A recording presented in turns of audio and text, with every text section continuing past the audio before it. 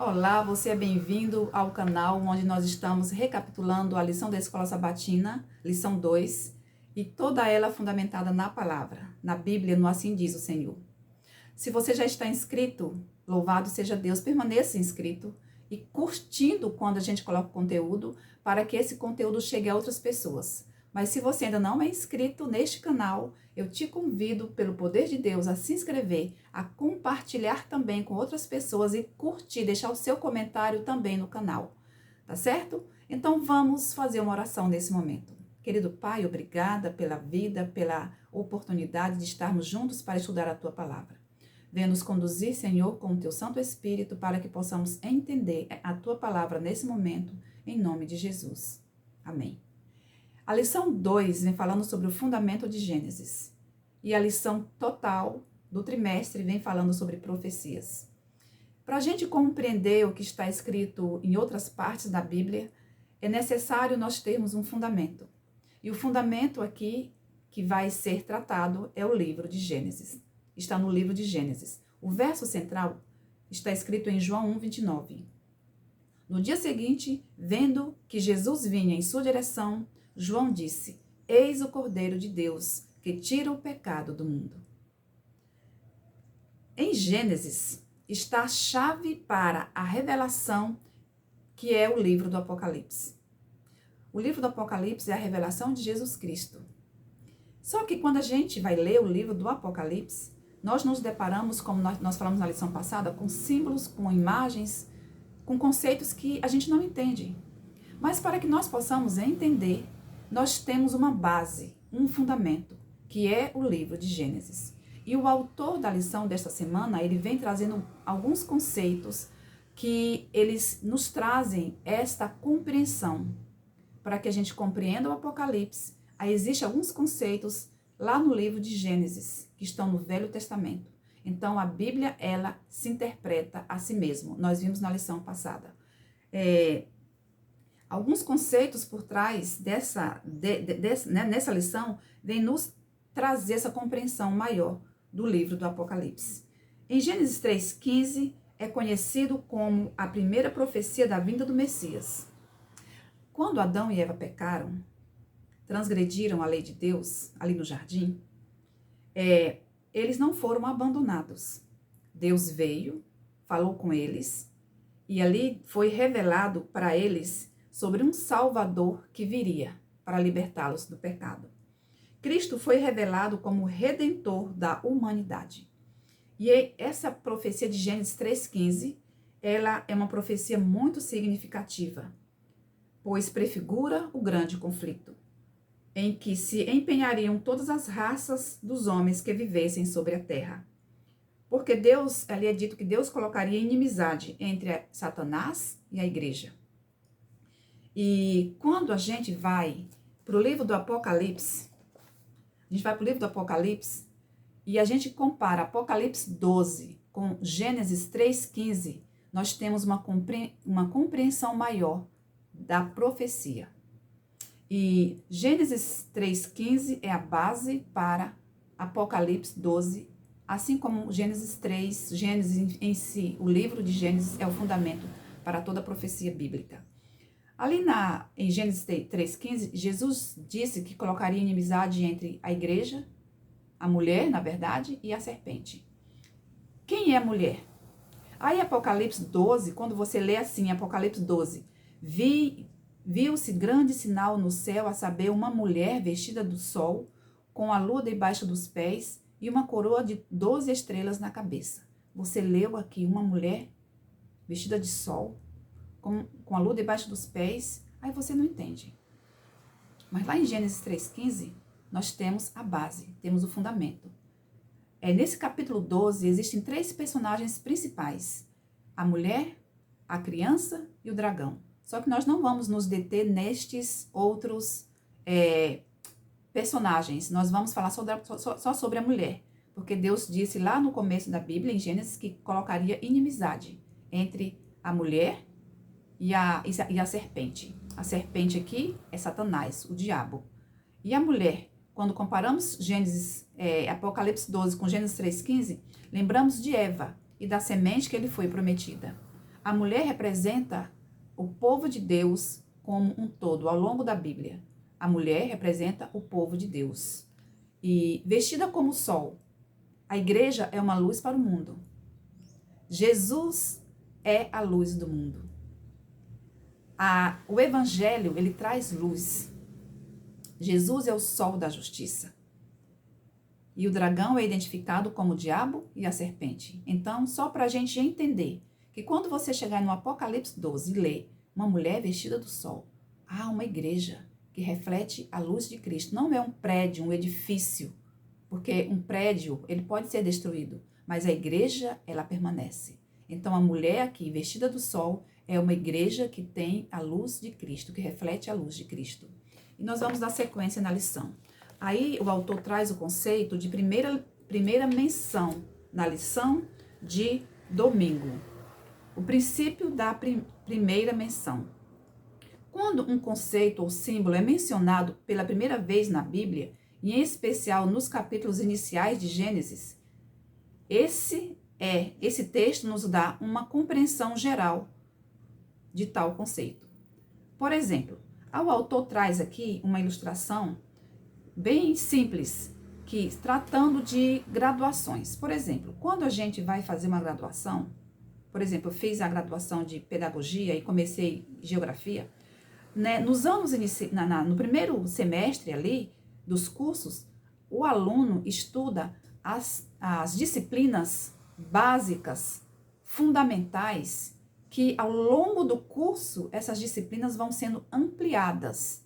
E aí, quando você se depara com uma disciplina, você pensa assim, nossa, mas por que eu estou estudando isso aqui? Se eu venho fazer pedagogia, por que eu estou estudando essa disciplina? Se eu venho fazer geografia, por que eu estou estudando essa disciplina? Se eu estou fazendo engenharia, por que eu estudo essa disciplina no começo? Porque elas são fundamentais para as disciplinas que virão.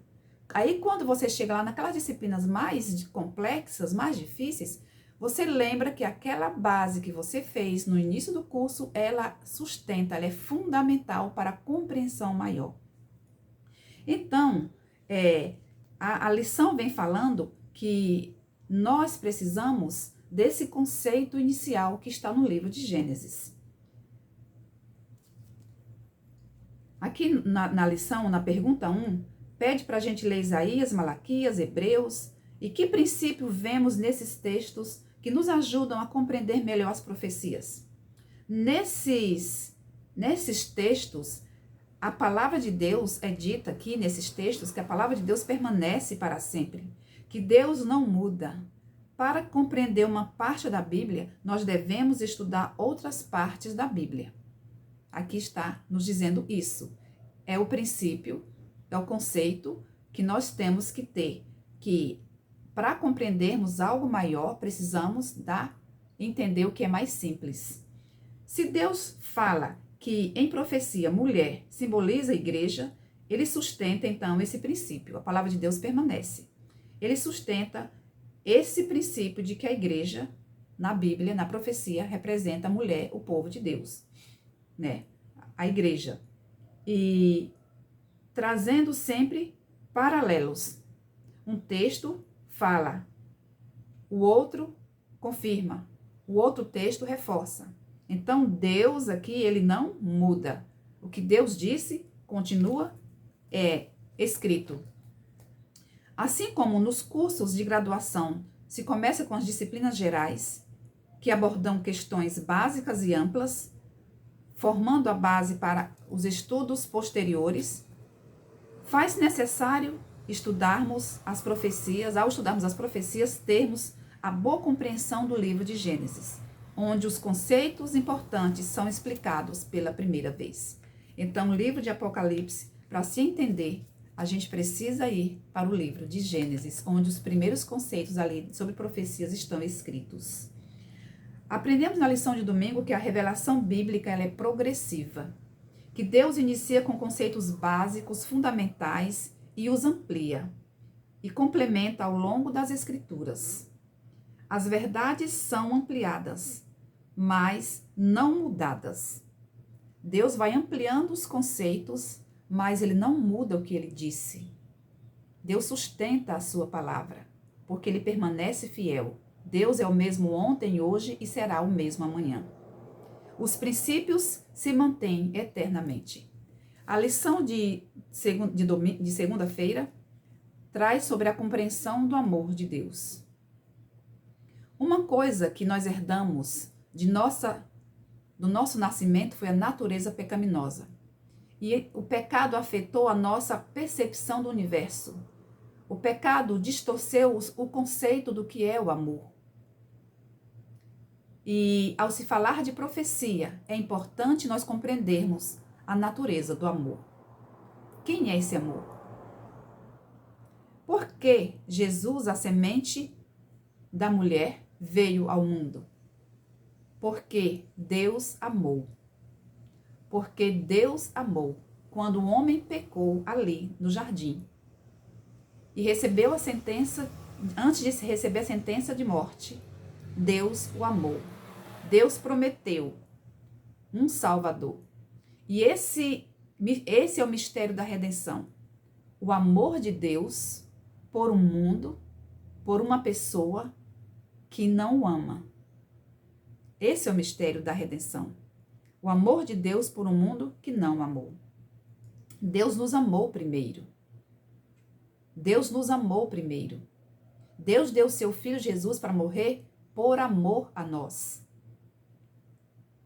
E a palavra amor aparece pela primeira vez na Bíblia, no livro de Gênesis, ali na história relatada, onde Abraão foi oferecer Isaque em sacrifício. Quando Deus pede que Abraão ofereça seu filho Isaque em sacrifício. Ali aparece a primeira expressão, a primeira palavra o primeiro conceito da palavra amor. E Gênesis 22, de 1 a 13, o que essa história ensina sobre o amor de Deus? Abraão estava aqui disposto a oferecer Isaque, seu único filho, em sacrifício. Essa história prefigura o amor de Deus por mim e por você. A história do pai Abraão entregando o filho Isaque para morrer. O pai foi obediente e o filho foi submisso. Ali houve uma fé obediente. Essa história prefigurava a entrega de um pai amoroso, Deus, entregando seu filho único, Jesus, para morrer por nós. O autor observa aqui um paralelo desse conceito em textos do Novo Testamento.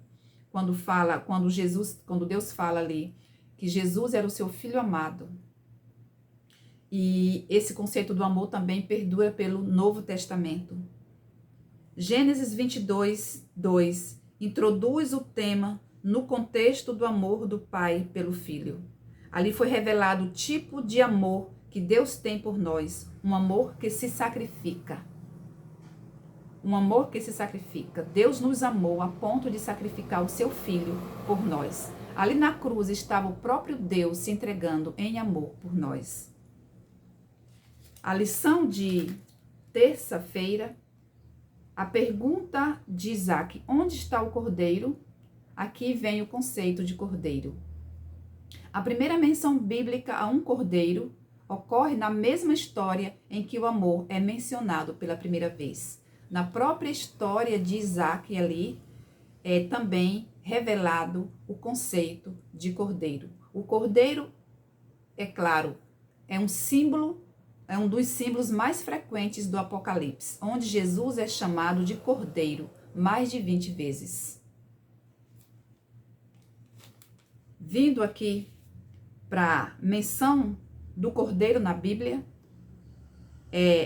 esta pergunta de Isaque: onde está o cordeiro para o holocausto? É interessante que a própria Bíblia responde essa pergunta. Quando Abraão amarra Isaque, coloca ele no altar para o sacrifício, ali existe a lenha, ali existe o cutelo, né, para matar, o filho, né, no caso. Aí Isaac, ele em obediência total, deita ali, ele é amarrado e o altar é preparado para o sacrifício. Aí ele pergunta: pai, onde está o cordeiro? Porque eles já eram acostumados a sacrificar um cordeiro como símbolo daquele Cristo que viria morrer pela humanidade. Isaac faz essa pergunta: pai, onde está o cordeiro? E quem responde essa pergunta? A própria Bíblia.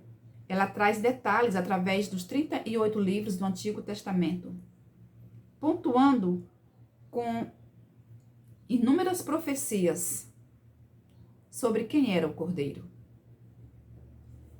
Então, no Novo Testamento, essa pergunta é respondida.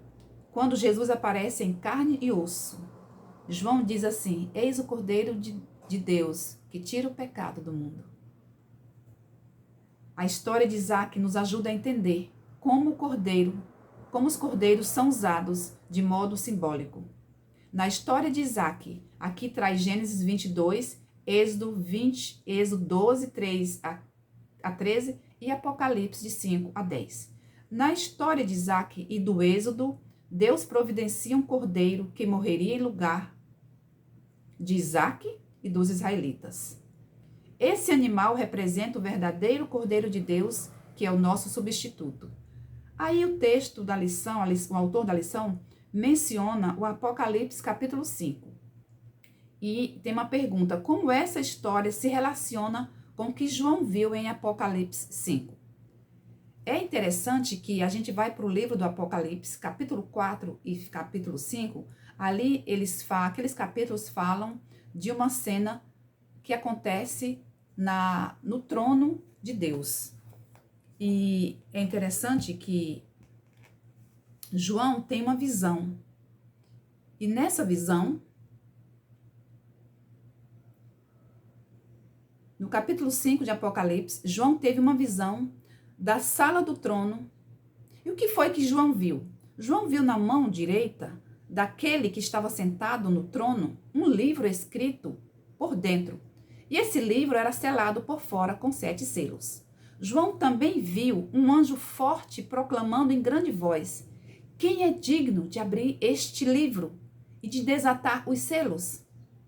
E aí, ninguém ali no céu, ninguém debaixo do céu era capaz de abrir o livro. E isso fez com que João chorasse profundamente. Ele chorou porque viu que ninguém era digno de abrir o livro, nem mesmo de olhar para ele. Nessa visão de João da sala do trono, existiam ali 24 anciãos e 4 seres viventes. E um dos anciãos falou para João: não chore, porque o leão da tribo de Judá, a raiz de Davi, havia vencido para abrir o livro e os 7 selos. Então, João se volta para ver o leão. Mas o que João viu? João viu o cordeiro como tendo sido morto. Cristo é o leão para os inimigos, mas Cristo é o cordeiro para aqueles que o aceitam. Cristo, o cordeiro que foi morto. Aqui, ele é o cumpridor, o cordeiro é o cumpridor daquele rolo misterioso tão cuidadosamente selado. E ele veio para desatar, para desenrolar aqueles selos. Ele é o único que tem as qualificações necessárias para tomar o livro, porque o cordeiro é o único que tem as qualificações para desatar os selos. Porque ele é digno. E por que ele é digno? Porque ele foi morto. A Bíblia vai respondendo em Apocalipse: porque ele foi morto. Foi ele, o cordeiro, Jesus, que levou em seu corpo os nossos pecados. Ele que não conhecia pecado foi feito pecado por nós, para que nele nós pudéssemos ser feitos justiças de Deus. Houve uma substituição real, literal e positiva do justo em lugar do injusto. Quem merecia morrer? Eu, você. Jesus não merecia. Jesus é o justo e nós somos os injustos.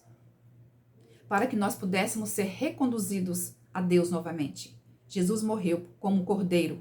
Então, quando o cordeiro toma o livro da mão do Criador, Diz na Bíblia, aqui no capítulo 5, que houve um quarteto uníssono, em uma só voz. Eles cantaram, os 4 seres viventes. Eles cantam: digno és de tomar o livro e de abrir os selos, porque foste morto, e com teu sangue comprastes para Deus homens de toda tribo, língua e povo e nação. Há uma explosão de louvor também pelos anjos. O número deles é de milhões, de milhares de milhares. E eles se unem num cântico: digno és o Cordeiro que foi morto. Digno és de receber o poder, a glória e o louvor, a sabedoria e ações de graça. Não somente as criaturas viventes, não somente os anciãos, não somente os anjos, mas todas as coisas criadas que estão no céu e na terra e debaixo do mar, e todas as coisas que neles há, estão louvando o Criador e Redentor. Qual é a mensagem deste cântico? Ele é digno. E quem é digno? É o Cordeiro de Deus que é digno, o Cordeiro que foi morto. Todos nós precisamos nos unir a este cântico de louvor. Cristo é digno, porque ele é o Cordeiro que foi morto. Jesus é digno na minha vida e do meu amor. Ele é digno de tudo que eu possa dizer dele, 1000 vezes mais digno. Porque Jesus, ele é o Cordeiro de Deus que tira o pecado do mundo. Ele é o Cordeiro que foi morto por mim e por você. Isso nos ajuda na compreensão do Cordeiro morto. Onde está o Cordeiro?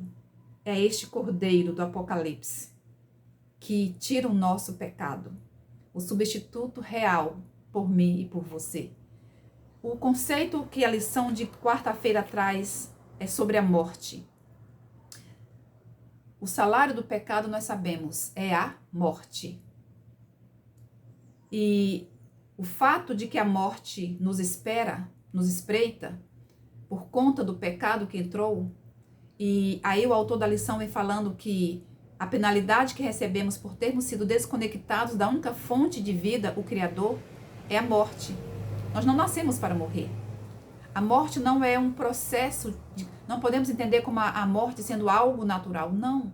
Nós fomos criados para viver eternamente. Mas com a entrada do pecado, veio a morte. Mas Jesus veio. Quando houve pecado, houve um Salvador. Jesus veio para morrer. E qual foi a primeira menção e a primeira ocorrência de morte? Por que as pessoas morrem? Como Deus vê a morte? E qual é a sua solução para esse problema? Gênesis 2,15, capítulo 4 de Gênesis, aí vem 1 Coríntios e vem Apocalipse. Nestas perguntas aqui, várias perguntas, nós temos aqui algumas respostas. A primeira menção da morte ocorreu ali no jardim, quando Deus falou para Adão e Eva que se eles comessem do fruto da árvore do conhecimento do bem e do mal, eles morreriam. No jardim, Deus menciona sobre a morte a Adão e Eva. E viram também ali na morte do filho, Adão e Eva viram na morte de Abel, essa realidade. Porque fomos desconectados da fonte da vida. Deus vê a morte como o oposto da vida, uma intrusa, e a solução é Jesus. Assim que houve pecado, houve um Salvador. Houve o Cordeiro que foi morto desde a fundação do mundo. Jesus, o justo, foi morto pelo ímpio, pelo injusto, assim como Abel. Que morte poderia ter sido mais injusta do que a morte de Cristo? O autor traz esse conceito aqui. Jesus é o Cordeiro que foi morto. Ele vive, e todos os que morreram em Cristo terão a vida eterna novamente. Então, a nossa vida, ela está em Jesus. O contrário da morte é vida. E Jesus é a vida eterna para aqueles que o aceitarem. A lição de quinta-feira traz o conceito de serpente. E nós vimos aqui que a serpente é o dragão, é o diabo, é Satanás. Gênesis 3,15 com Apocalipse 12, de 1 a 9. Quais são os temas comuns nesses relatos? Os detalhes da menção à serpente em Gênesis nos ajudam a compreender as questões que levaram à guerra no céu? Aqui são 3 conceitos: mulher, serpente e engano. A principal arma utilizada no grande conflito pelo inimigo de Deus é o engano. Satanás é o enganador. Ele é o sedutor de todo mundo. Ele enganou Eva ali no jardim e ele tem enganado hoje todo o mundo. Ele é o sedutor de todo mundo. Apocalipse 12 traz esse conceito de que ele seduz as nações. E nós aprendemos a lição de quinta-feira, que Deus não muda. Seu caráter é invariável. Seu amor e sua graça duram para sempre. A justiça de Deus é inabalável. A sua palavra é eterna. E quanto à serpente, Satanás também não muda. As suas estratégias podem variar. A sua aparência pode mudar, mas a sua essência sempre será a mesma. Mentiroso, enganador, e ele nutre ódio mortal contra Deus e contra o povo de Deus. Para finalizar a lição da semana, nós aprendemos que a revelação bíblica ela é progressiva. A base conceitual para muitos dos principais temas está em Gênesis. Gênesis não nos apresenta apenas o princípio da criação e da história, mas Gênesis apresenta as chaves para a interpretação adequada da Bíblia como um todo.